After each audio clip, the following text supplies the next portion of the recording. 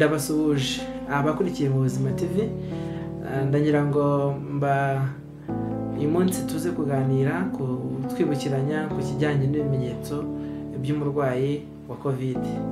Hari abantu bashobora kuba batajya kwipimisha cyangwa se ntibajye kwa muganga, mu by'ukuri bafite ibimenyetso bya COVID cyangwa se ari nayo, wenda reka tubyerure dutyo, ariko ntibajye kwipimisha bavuga bati bishobora kuba ari ibicurane bisanzwe.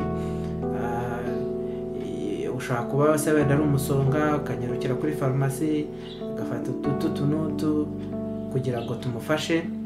Ariko ndagira ngo twibukiranye ibimenyetso bya COVID, kubera ko nubwo wowe ushobora kuba wumva urwaye byoroheje ugafata iyo miti ye bikaba yanagufasha, ariko hari ibyago by'uko ushobora kuyanduza undi ushobora kuba afite intege nke, bityo ikaba yamuhitana cyangwa se yamugiraho ingaruka zikomeye cyane.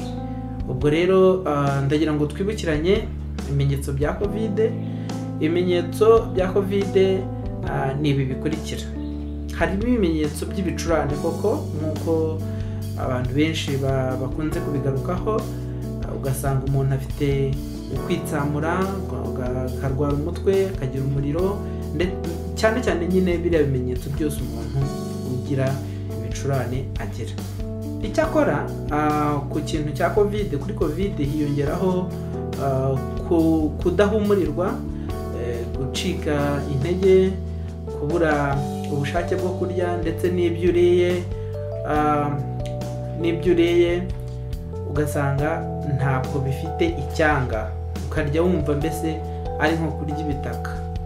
Ikindi ari ukubabara mu ngingo, kubabara mu gatuza, inkorora.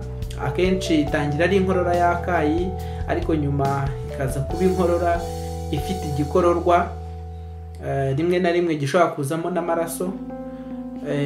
Ubwo rero ibyo bimenyetso byose ni ibimenyetso bisa nkaho bivanze, ariko hari ibimenyetso dushobora kubonana umuntu tukavuga tuti uyu muntu ntabwo arembye, reka tumujyane muri ya gahunda imenyerewe nka home based care cyangwa se kuvurirwa mu rugo. Ushobora kuza ufite ibyo bimenyetso by'ibicurane, ubabara umutwe, ufite umuriro, ari guhumeka neza, twanapima na oxygene mu maraso tugasanga ikigero cya oxygene mu maraso kimeze neza. Icyo gihe ntabwo tukubara kurembye, dushobora kuguha imiti, hanyuma ababishinzwe bakakugeza aho utuye, noneho ukabasha gukurikiranwa uri mu rugo n'inzego z'ubuzima. Ubwo ni uguhera ku mujyanama w'ubuzima kuzamuka kugeza ku nzego zo hejuru uko zigenda zikurikirana. Naho ibimenyetso bindi byiyongeraho, nk'iyo dupimye tugasanga ikigero cya oxygene yo mu maraso kiri hasi, ni ukuvuga akaba bizi ni saturation cyangwa se oxygen saturation. Iyo dusanze iri hasi munsi ya 94, akenshi duhita tugushyira mu bitaro, kubera ko tuba dushaka kugira ngo tube twakongerera umwuka.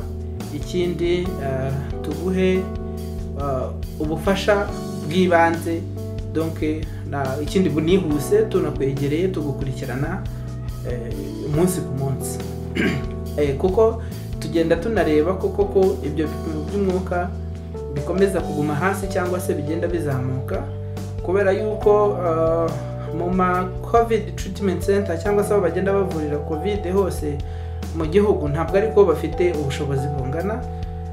Ababikurikiranye barabizi yuko hari mashini zikenerwa kugira ngo zongerere umuntu umwuka ku rundi rwego, zo bita mechanical ventilators. Izo rero ntabwo ariko ziri ku bitaro byose bya mu gihugu. Hari ibitaro bimwe na bimwe zigiye ziriho. Iyo tubonye yuko bigeze ku rwego rwaho ushyirwa kuri iyo mashini, dushobora kugukura muri treatment center aho icyo cyuma kitari, ukajya muri treatment center aho icyo cyuma gishobora kuboneka. Ubwo rero urumva ko mu by'ukuri COVID dusa nkaho tuyivura mu buryo bubiri, abantu benshi bamaze kubimenya.